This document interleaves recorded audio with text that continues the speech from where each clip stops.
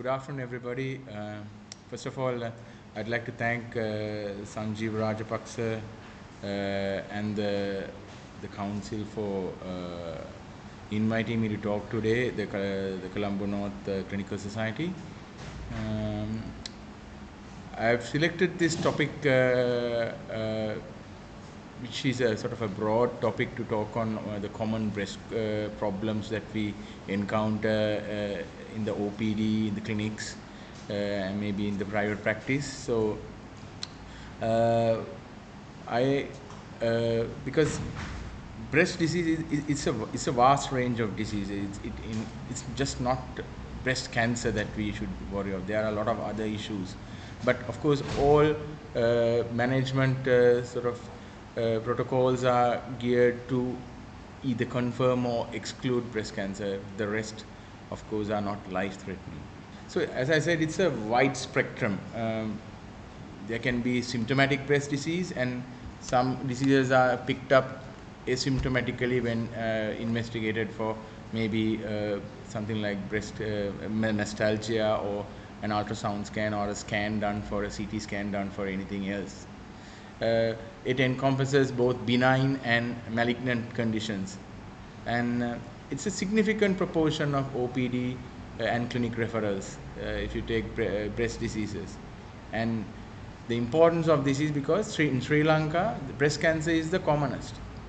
In the world, although lung cancer slightly leads breast cancer, it's almost the same, both of them contributing 12.3% for the total of the total cancers in the world. So I have just listed out some of the common breast complaints. Mastalgia, which is the medical term for breast pain, breast lump, nipple discharge, infections of the breast, which includes mastitis, abscesses, asymmetry of the breast, skin changes and nipple changes, which includes inversion, retraction, so on and so forth. These are the sort of common complaints that we see, the common referrals that we see in the breast clinic. Now, if you go back again, most of these complaints are due to benign disease. Most of the women have benign breast conditions, but they are worried whenever they have a breast issue, maybe pain, lump, or nipple discharge. They are worried that they have breast cancer. So the most important thing is either confirm or exclude a breast cancer, and reassuring if it is not. Regardless of the type of the problem, as I said, its goal is to rule out cancer. And then we also screen some asymptomatic patients. In Sri Lanka, we don't have the screening program because breast cancer is not as prevalent as is in the developed world. In the developed world, 1 in 8 women develop cancer at some point of their life. Not necessarily that they will die of that cancer, but they will develop cancer at some point of their life. 1 in 8 women. We don't have, it's not that much of a problem in Sri Lanka, but still it is gradually, the numbers are increasing. About 3-4 years ago, we detected about 2,500 per annum. Now we are detecting about 3,500, maybe about 4,000 breast cancers per annum.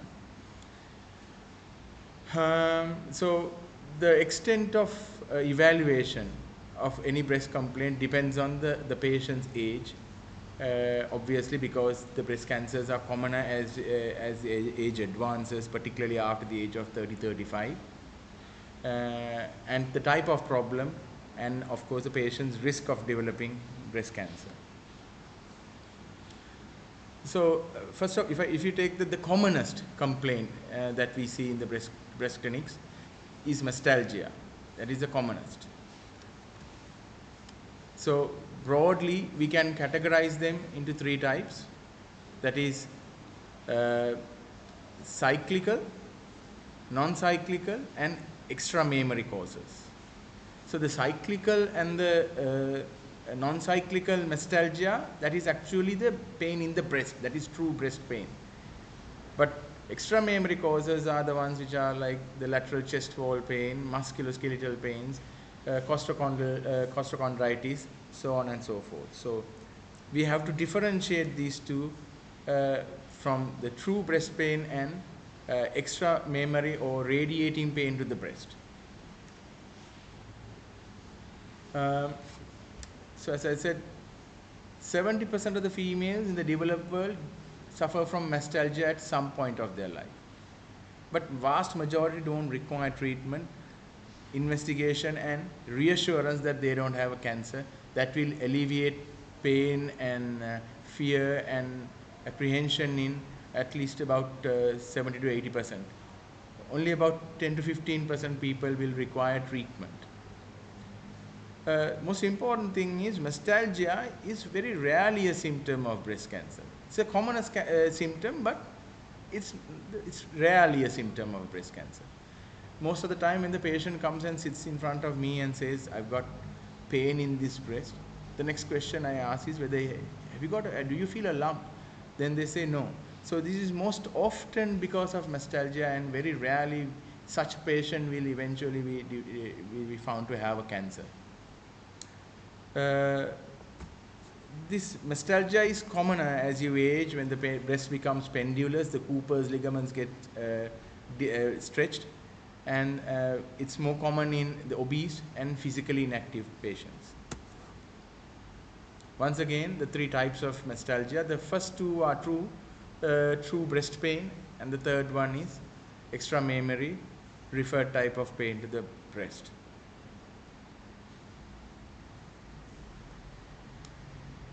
Cyclical mastalgia, which is the commonest of the two types of true mastalgia.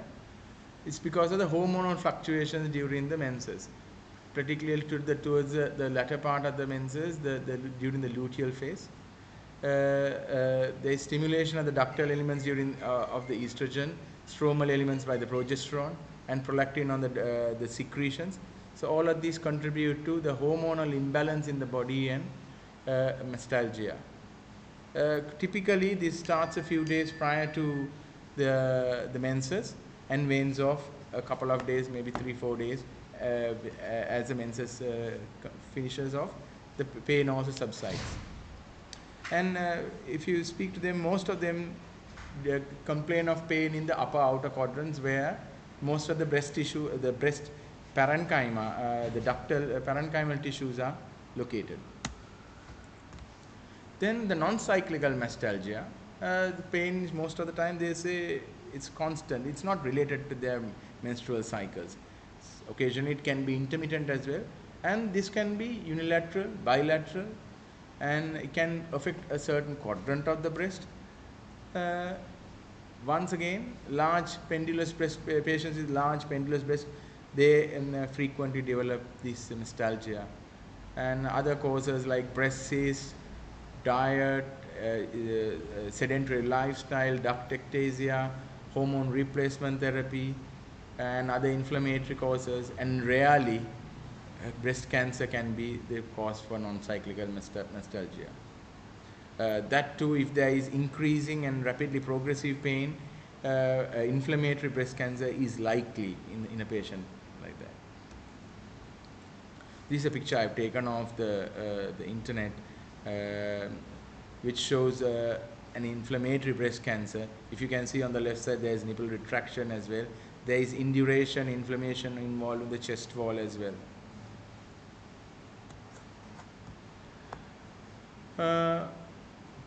Pregnancy, Mondo's disease, that is thrombophlebitis of the superficial veins of the breast, trauma to the breast causing fat necrosis, previous breast surgery, all of these can cause non-cyclical mastalgia. Certain types of medications like SSRIs, haloperidol, digoxin. Digoxin can also give rise to and these antipsychotics, and digoxin can cause gynecomastia and pain in the male breast as well. And extramammary causes of mastalgia. That can be due to trauma, particularly after a heavy workout, pec major injury, costochondral. If you fall out on outstretched hand, you can injure the costochondral junctions, the costochondral sort of joints, and intercostal neuralgia, ischemic heart disease patients, they also can present with mastalgia. So the treatment, it's mostly reassurance. Majority of them, 80 to 85%, will be happy to know that once you investigated them, that they don't have a cancer. They'll be happy. They most of the time, simple analgesics like paracetamol would be sufficient. If nostalgia is prolonged, if it's long lasting, chronic, lasting for more than 6 months, then we can go and we can think of starting second line therapy, which comes with a certain degree of toxicity. But usually the first line therapy that involves changing of their undergarments, particularly a good supportive bra with a steel underwire, warm compressors, ice packs. These are generally sufficient if the female is exercising regularly, wearing a sports bra. These also help alleviating pain, and also you can advise the patient to wear the bra most of the day and take it off during night. And this also helps to support the breast and alleviate the pain. Paracetamol and NSAIDs, both local and oral, also can help relieve nostalgia. Now there are certain therapies that even I practice, which does not have any proven trial sort of support of the randomized control trials. These include evening primrose oil, that is gamma linoleic acid, vitamin E, caffeine abstinence, low fat diet, then complex carbohydrate diet. All of these things do not have robust clinical trials to back them, but myself, I also practice giving evening primrose oil, and I also advise them to abstain from caffeine. There is some benefit, but yeah, maybe it has a placebo effect. Then the next commonest complaint are the breast lumps. Now, this is where it is we have to really focus, because palpable breast lump, maybe the patient doesn't, presents with a cancer. Palpable breast lump may be the initial presentation of a breast cancer. And there can be lumps that are impalpable and are detected on screening or scans done for other conditions. And these lumps can be benign. Benign again gets divided into several criteria like non-proliferative, proliferative, with and without atypia, and the malignant. Malignant, of course, includes both ductal carcinoma in situ as well as invasive carcinoma and sarcoma of the breast, as well as metastatic disease into the breast. These lumps can be painful, painless, solid, cystic, and complex lumps having both solid and cystic components. The commonest lump of the breast is a fibroadenoma, particularly in the younger females under the age of about 40 years. They can be solitary, multiple, bilateral.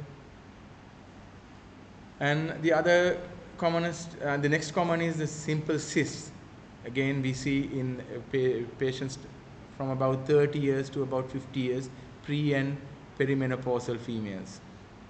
They can have fibrocystic disease, which on clinical examination feels lumpy, does not feel not like a sort of discrete mass, and that too is pretty common in the premenopausal females. Galactosele, that is a milk retention cyst that we see in the lactating females due to a blockade of a lactiferous duct. Fat necrosis. These are some other the benign lumps that we see in the breast clinic.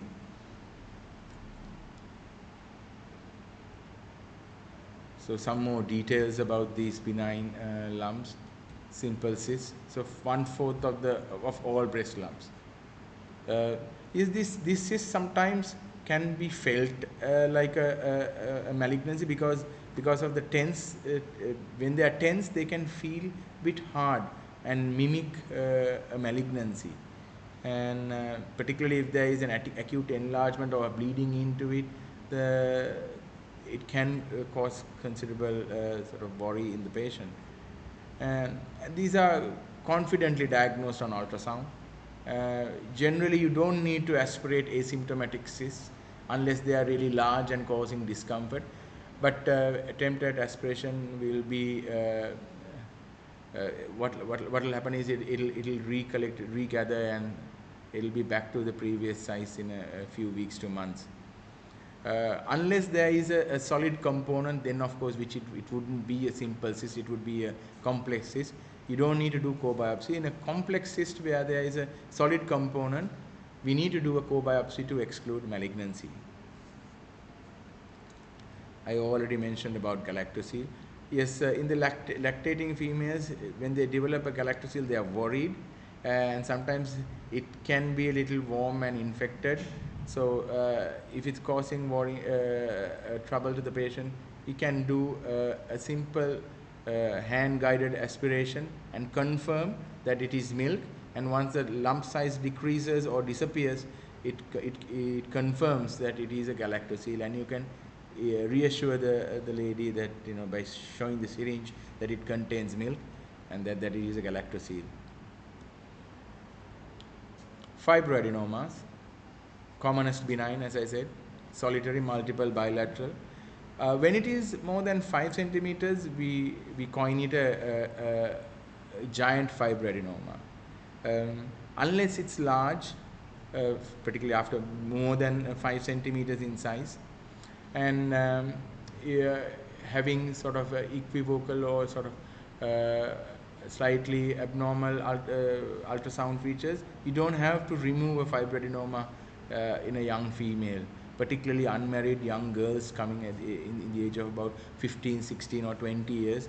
They are unlikely to have malignancy at that age. So these fibroadenomas, unless they are very large, giant fibroadenoma, you don't need to take them out. Clinically, you can, if you're pretty sure that it is a fibroadenoma, which is a sort of a firm, rubbery, sort of oval shaped or a lobulated mass which moves within the breast called a breast mouse.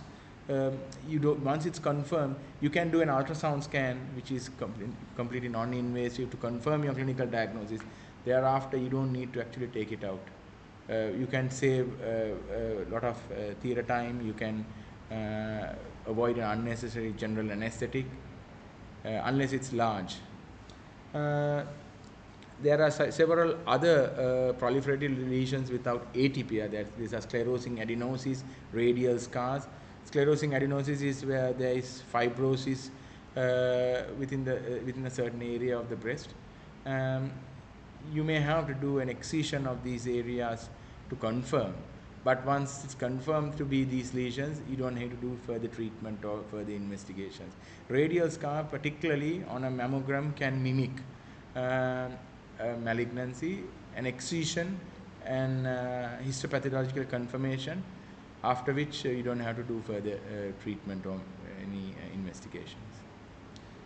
Occasionally we see adenomas of the breast as well, hamartomas, lipomas, and then the benign phylloides tumors. These are again fibroepithelial tumors. The problem is when you have a large fibroadenoma, clinically as well as radiologically, we might not be able to differentiate between a fibroadenoma and a benign phylloides tumor. Therefore, might have to do a core biopsy, and if the lump is larger than 5 centimeters, a core biopsy of phylloides tumor may not be representative and hence may have to be excised. That is the reason we remove fibroadenomas larger than 5 centimeters. So those are the sort of proliferative lesions without atypia. This is a female I treated, a young female who had a recurrent, this is a benign phylloides tumor.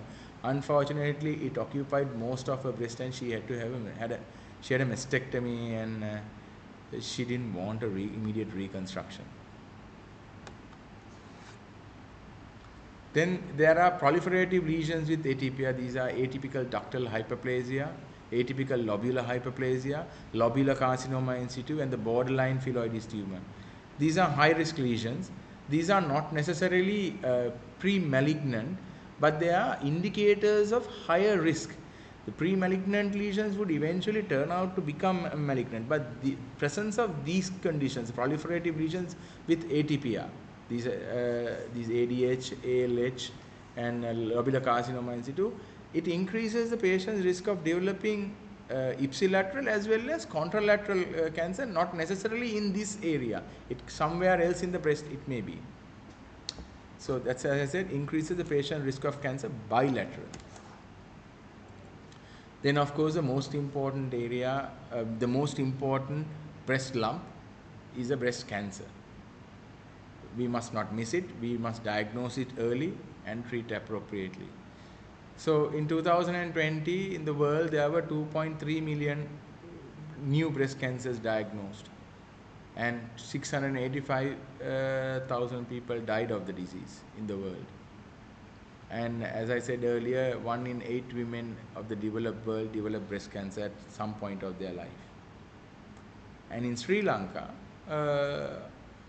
in 2015 there were nearly 3,600 new breast cancers out of 29,000 cancers. And so what are the clinical features of a breast cancer? They are usually painless and slowly it grows slowly. Because they are most of the time painless, the patients don't seek medical advice. They often come and say, it didn't hurt me, so I didn't bother to come to the hospital. This is what they usually say. And when you inspect, there could be architectural distortion, nipple retraction, the side of the involved side may be larger than the other side. And when you palpate, there will be a hard, irregular, discrete mass. There may or may not be blood-stained nipple discharge, and may or may not be nipple retraction. And you may sometimes see large axillary masses and feel axillary masses due to lymph nodal spread. So, any breast lump, you have to do a triple assessment. We talked a little bit about the clinical evaluation, which is a good history and examination. Then comes radiology, and the radiology includes ultrasound, mammogram, and maybe an MRI. I'll come to those investigations a little later. And then to complete the triple assessment, we got to have a biopsy. When we were trainees, we used to do fine needle aspiration cytology, FNAC, and if the FNAC came back highly suspicious of malignancy or confirmatory of malignancy, which is C5 and C5. C5 means suspicious of malignancy, C5 is confirmatory of malignancy.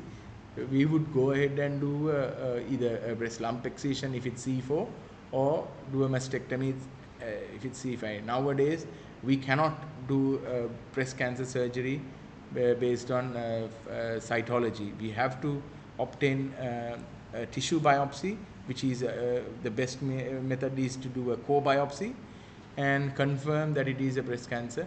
Occasionally, we see lumps in the axillary tail, which is actually a deposit in the axillary lymph node and not a breast cancer. So we should not now operate even based on histology, unless if it's in the central breast, of course, and mammographically, ultrasonographically, it is breast cancer. We can go ahead with the surgery, but it's most prudent to wait for the immunohistochemistry, which would confirm that it is a breast cancer. Once diagnosed, we can stage the disease. There is early disease, early breast cancer, and advanced stage breast cancer. Advanced stage breast cancer again divides into two, that is loco-regionally advanced and metastatic breast cancer. Once staging is complete, these patients, ideally all cancer patients, not only breast cancer, all cancer patients should go through a multidisciplinary team discussion. Unfortunately, we don't do it. Even I don't discuss all patients in a multidisciplinary fashion, but we should be doing, and that way the patient will have the best options and the best possible treatment methods offered to the patient. So once the multidisciplinary decision is made, we go ahead with the definitive treatment. This talk is not on breast cancer, so I don't want to go into the depth of surgery for breast cancer, chemotherapy, monoclonal antibodies, radiotherapy, endocrine and immunotherapy for breast cancer. Most often we have a combination of these treatments.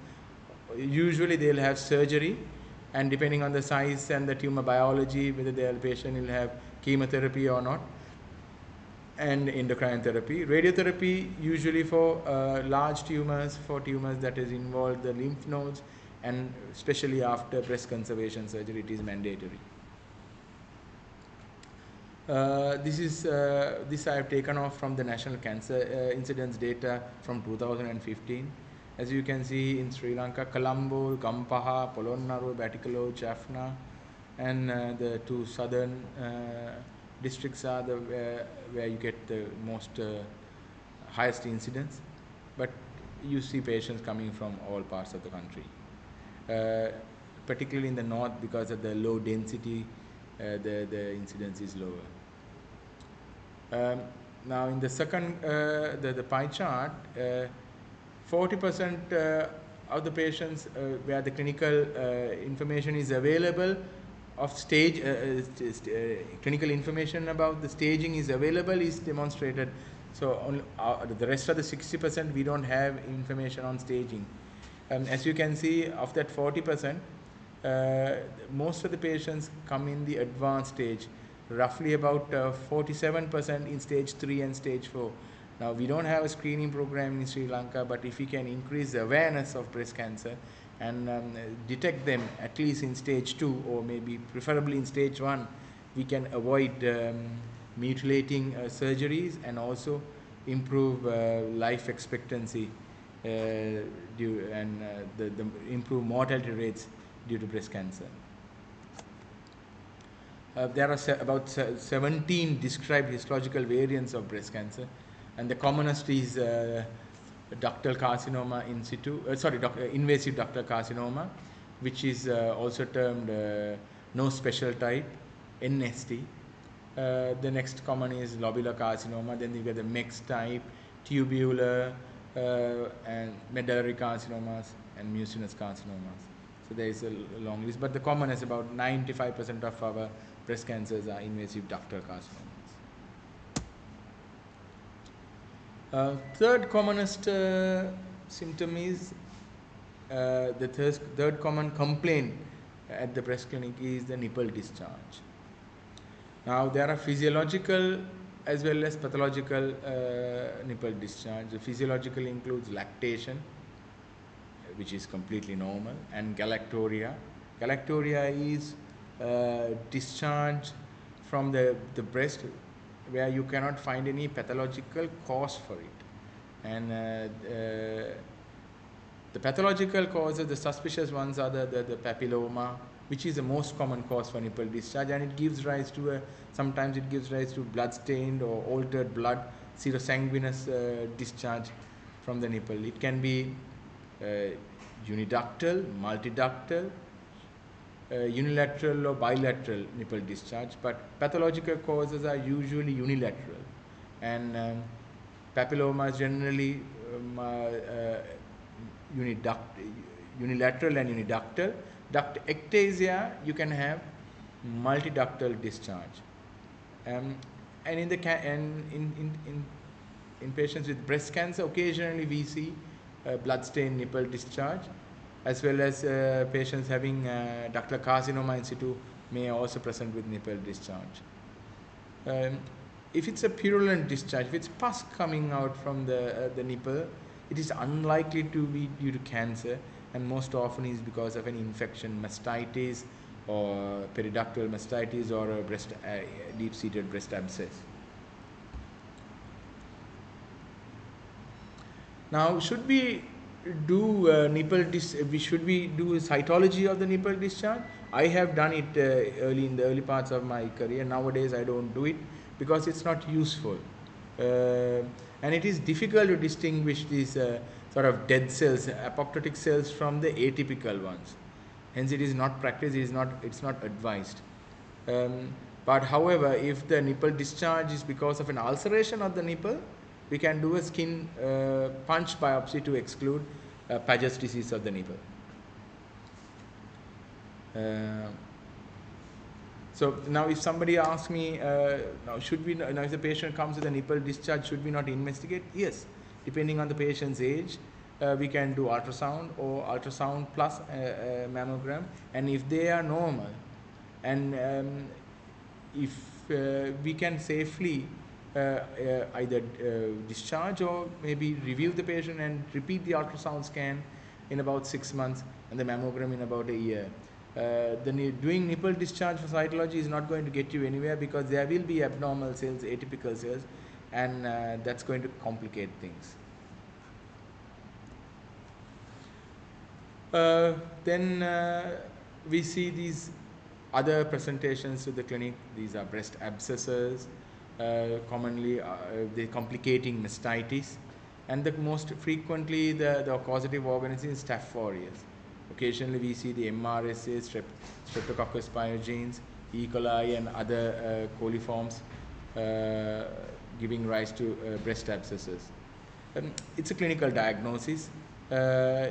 You see a fluctuant, warm, tender mass with overlying skin redness, and the patient may have sort of constitutional symptoms like fever, malaise, and generally nowadays we don't advise to do an incision and drainage of a breast abscess unless the overlying skin is dead or sort of gangrenous or necrotic due to pressure within the abscess. Then we can do incision and drainage, but otherwise ultrasound guided aspiration and followed by antibiotics is the choice, the preferred treatment. So this if ultrasound guided aspiration is not available immediately, you can do a hand guided aspiration, take as much as possible with a white bow needle, send the pus sample for culture, and start antibiotics. Frequently drugs like chloroamoxiclav with a combination of clindamycin will be sufficient for most of the breast abscesses. And ultrasound guided aspiration or freehand aspiration can be repeated several times if needed. Now most of the patients with these breast infections will have a worry whether to feed their child or not, particularly if they've been lactating and having an abscess after lactation. Then you can safely advise them to either feed the baby or express the milk either with the hand or with a pump, because breast milk is a good medium for these infections, and therefore if you can sort of evacuate as much as possible, then we can keep the infection at bay. So as I said, now in this patient, if you can see that the lateral part of the breast skin is ischemic, it's thinned out and stretched, so the pus is pointing out. For these patients, you can do an incision and drainage, because that part of the skin is going to desquamate and sort of leave a scar anyhow. So you can do an incision and drainage. But if it's not threatening, you can do an ultrasound guided aspiration. So what is periductal mastitis? Is a non-lactational infection of the subareolar ducts and the lactiferous ducts. It's common in smokers, particularly in the developed world. Smoking females, they present with periductal mastitis. And then there is this other breast infection, which is a difficult entity to treat, which is called granulomatous mastitis. And there is an idiopathic variety where we don't know the etiology, and the patients present with sort of small recurrent breast abscesses which sort of ruptures on the skin, discharges, heals with antibiotics, and again it will start coming from the same place or from a nearby area of the breast, and gives rise to scarring of the breast and recurrent infections of the breast. So the treatment is very controversial. Some advocate corticosteroids, antibiotics, and because they believe this is probably an autoimmune disease, complicated by infection and a chemical reaction. An entity of granulomatous mastitis is TB mastitis, That, of course, if you're doing a drainage of a granulum, sort of a recurrent abscess, it's advisable to take a biopsy from the abscess wall and subject it to Zeil and stains, and as well as to do histology. Maybe you can diagnose the mycobacteria in it, and maybe do cultures for mycobacteria and diagnose TB granulomatous mastitis. They're difficult to treat. This is taken from the internet. You can see scarring, she has had several abscesses in the breast. Yeah. And then there are skin conditions of the breast that they come saying it's a lump in the breast, but actually when you look at it, it's from the skin of the breast. Those patients don't need further investigations. If it's a sebaceous cyst, it's a clinical diagnosis. Just you can remove it under local anesthetic.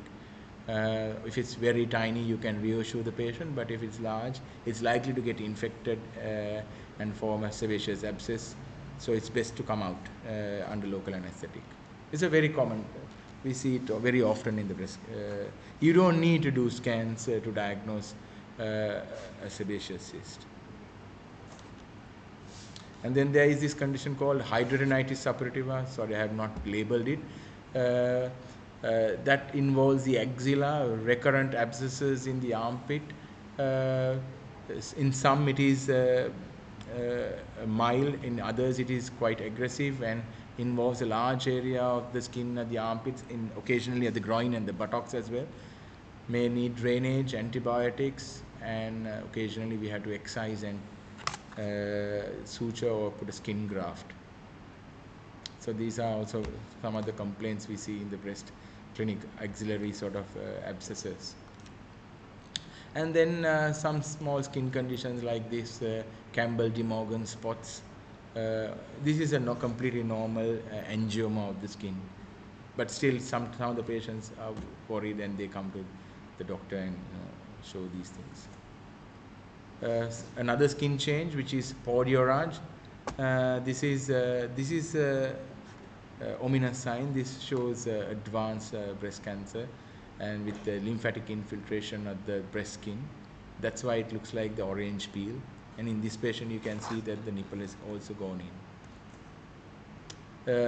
This is an advanced stage breast cancer, carcinoma in cuiraceae, another sort of a skin condition of the breast. So it involves the chest wall skin, upper abdominal wall skin, and maybe the arm, the skin over the axilla as well. So these are some of the skin conditions I'm just showing you all. These are Paget's disease of the nipple, which may be associated with an underlying cancer or DCIS, or may occasionally occur only involved in the nipple. If it's only involved in the nipple, we've got to do a punch biopsy to confirm. Once it's confirmed, there is a special type of cells named after Sir James Paget. They are vacuolated sort of clear cells, and that's how it's given this name. So once confirmed, you can do just excision of the nipple areolar complex or the nipple itself with a clear margin. That should be sufficient, if provided there is no underlying cancer or DCIS. Some other conditions, supernumerary breasts, nipples. This is a young female I saw in Kandy. So she has a nipple starting from the armpit. There's one here high up in the armpit. That's along the milk line they develop nipples up to the groin. So they generally don't cause problems. You don't have to remove them unless it's cosmetically demanding. Some of the patients may have accessory breast. They can sort of grow in size and become an accessory breast. The rare scenario, Poland syndrome, where the breast is absent, or because of an absent pectoralis major, the breast is smaller rather on one side. So we're running out of time, but the most important thing is evaluation of these breast disease. So as I said, clinical history and examination history, you need to go into the patient's presenting symptom. If it's a lump, whether it's then whether if it's pain, you have to go into characteristics of the pain, and even if the patient presents with a lump, you can ask for the other breast complaints, whether there is nipple discharge or mastalgia, so on and so forth. Take a good history of the menstrual cycle, patient's menopausal history, whether there are risk factors like smoking, obesity, sedentary life, or oral contraceptive pills, hormone replacement therapy. These are all risk factors. And we have to take a history about the family and go into a full detail about the medical, surgical, and drug history. So that's we have to do with any patient, I believe. And then the clinical examination. Examine the patient in two positions. I examine the patient in the seated as well as lying down supine position. And if you want to confirm whether the lump is in the breast or whether the pain is in the breast or in the chest wall, you can turn the patient to a side, let the breast hang to a side, and then you can palpate the chest wall. So these maneuvers help during the clinical examination. So examine the patient seated with the hands by the side. Ask the patient to raise the hands above the heads, and you can see for the symmetry of the breast, the nipple positions. If there is nipple retraction or there is a architectural distortion, that side, the nipple of that side can get drawn up. It can be slightly higher in position, and you can also look at the armpits. When examining, use the palm of the hand or the palm aspects of the fingers, not the tip of the fingers, and palpate the entire breast. There is a triangular, sort of rectangular area extending from the clavicle down to the lower ribs, and then from the mid-sternal line to the mid-axillary line. That whole area has to be examined. Then you palpate with the palm of the hand, not the tip of the fingers, and do a sort of a clockwise or now it's depicted in this picture, either clockwise or a radial approach, or maybe doing a lawnmower sort of a vertical strip, but examine in several ways and see whether you can feel a lump or a lumpiness, because not all radiological tests will detect these lumps, particularly lumps in the axillary tail of the breast or high up in the chest may not be picked up on the mammogram, because they won't be in the area that is compressed. So then we go into imaging. I've already mentioned about ultrasound scan. It's good to differentiate between solid and cystic lumps, ultrasound scan. It also helps to evaluate the armpit, the supraclavicular fossa, and also guides for interventional procedures like core biopsy, FNAC, putting a needle for localization, and maybe insert a clip before the patient goes in for chemotherapy. Likewise, it has a very high sensitivity, 98.5%, but highly operator dependent. So there can be significant variability in the character of the solid lumps in particular.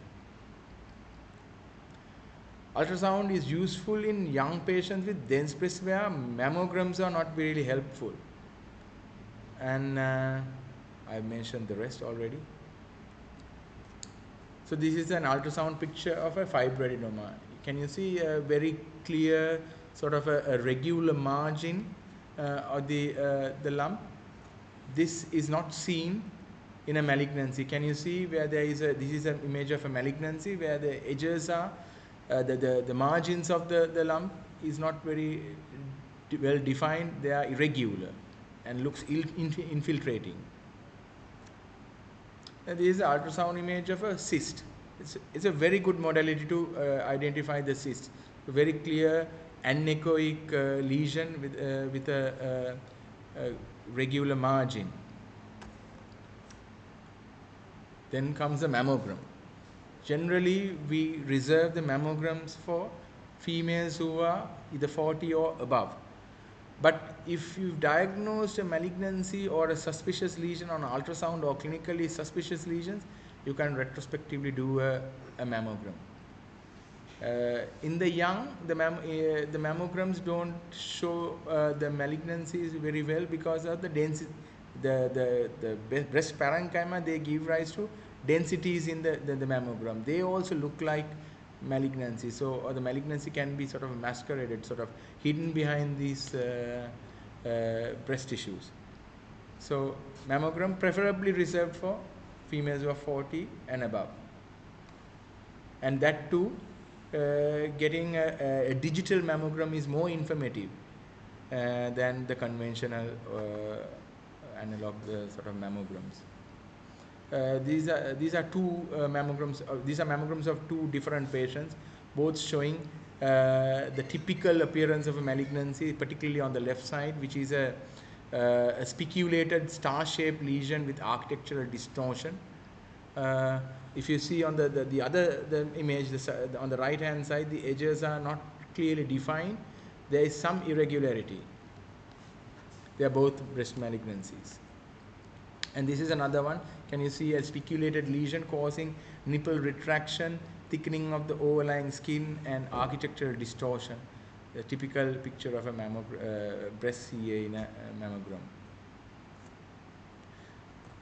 There is a role of the MRI in young patients in particular, or if even in an elder sort of a patient with over 40 years, if the mammograms are not very clear, if the breasts are particularly dense. This is a MRI of one of my patients. One of these, she has two breast cancers on this MRI. Only one of them was actually visible on the mammogram, and there was an area which was in doubt. That's why we did an MRI. She was in her mid-40s, and it showed that she had two lesions, and she had to have a mastectomy. So, as I said, recommended in all females above 40 years. Whether there is a lump or not, all symptomatic patients, all patients with symptoms of the breast, maybe mastalgia, lump, nipple discharge. If they are 40 and above, it's prudent to do bilateral mammograms. And it's always, often we combine it with ultrasounds because they are both supplementary rather than a substitution for the other. And if there is a suspicious lesion, irrespective of the age, we do a mammogram. In Sri Lanka, we don't have screening, but in the developed world, mammograms are used to screen females between the ages of 50 to 70 years. So every 3 years, they get invitations for a mammogram. And in between, if they develop a breast lump, they will have mammograms to detect interval cancers. So there are many views of the mammogram. That usually we do the craniocaudal, the CC, and the MLO, that is medial lateral oblique, but there can be other special views on request. I've already mentioned about the characteristic of a malignancy on mammogram, which is a spiculated mass, irregular outline.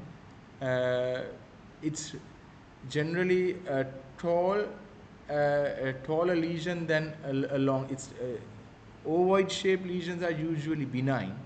Not always, but these malignancies are more or less rounded or sort of having a tall lesion.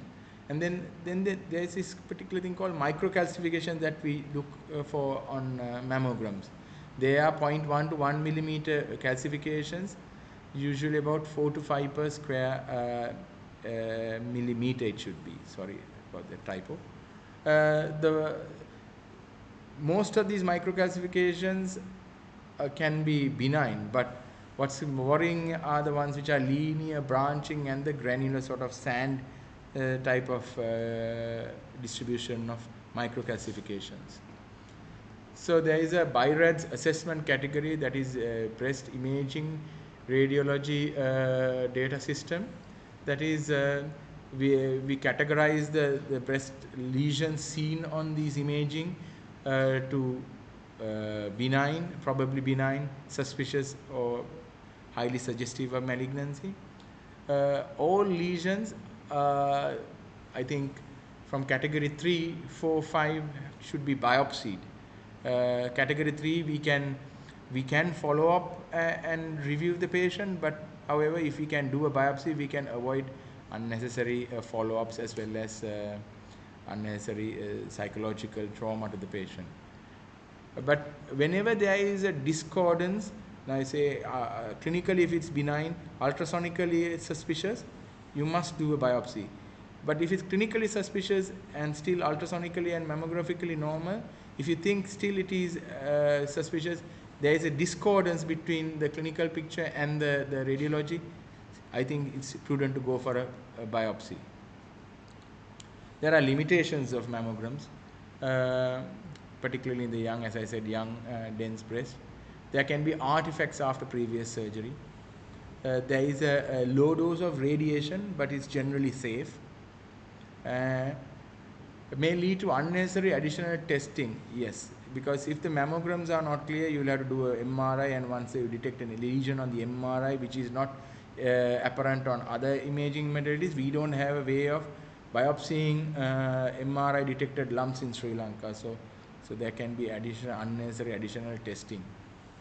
And mammogram is not foolproof. We cannot detect all cancers. There are some cancers which are mammographically occult.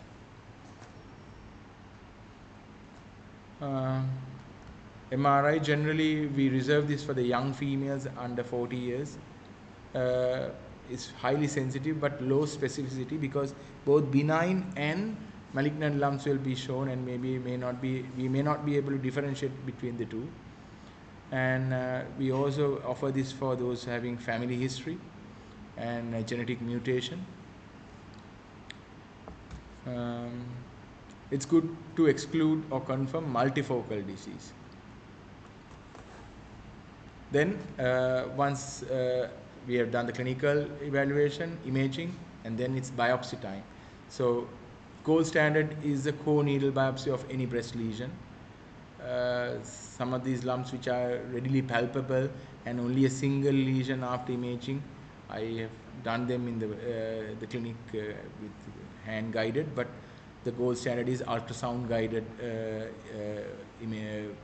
biopsy, because you can retarget the most suspicious area of a lump and biopsy that. You can also do these biopsies using mammography directed, that is stereotactic, or MRI guided, which is not available in Sri Lanka.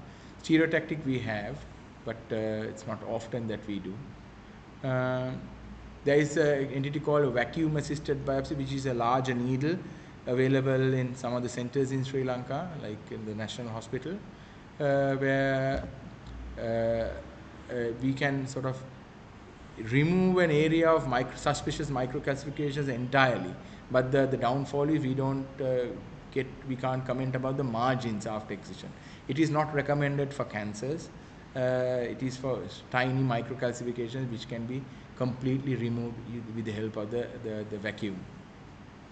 FNAC is generally now reserved for biopsying suspicious lymph nodes. That too, if we can do a core biopsy, is preferable.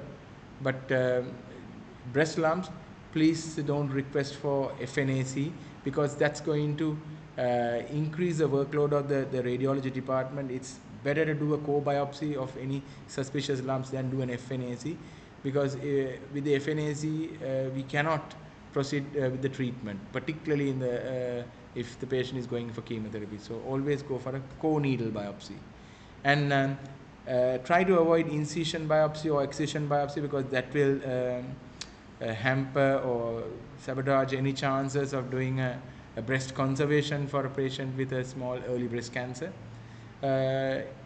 These excision biopsies are reserved only if 2 image guided core biopsies are negative. Just to finish off about a few words about gynecomastia, that also a common presentation to the breast clinic. Now we get the physiological variety and the pathological variety. Physiological we have in the adolescents, because of the sudden surge of the hormones, both androgen as well as estradiol, in which the estradiol surge sort of surpasses or sort of precedes comes before the testosterone surge, and therefore they have breast enlargement. Frequently we see young boys, young girls coming to the breast with the tender sort of a breast disc. This is completely benign and safe. Just reassure, hot fermentation, hot compresses is sufficient with some mild analgesics like paracetamol. That is the physiological gynecomastia. It also can happen in the elderly because again lack of testosterone. They can also develop physiological gynecomastia. But the more important one is the pathological variety because of that 1% can be male breast cancers.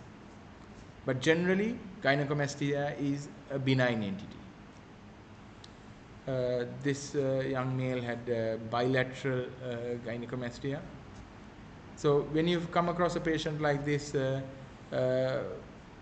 you can rule out the causes for gynecomastia. There can be lack of testosterone, increased level of estradiol. There are certain medications, particularly spironolactone. I've seen patients on spironolactone developing tender gynecomastia, and I have seen young boys taking anabolic steroids developing gynecomastia. So also, when a patient comes with a gynecomastia, don't forget to examine the patient's testes to rule out a testicular tumor. Commonest cause for gynecomastia, this pathological gynecomastia, may be alcohol and liver failure, but there can be many other causes as enlisted here.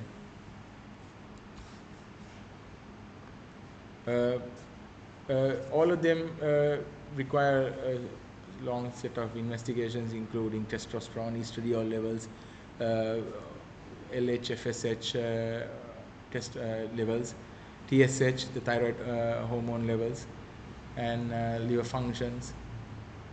I usually get an ultrasound scan first. If there is nothing suspicious, mammograms are avoided.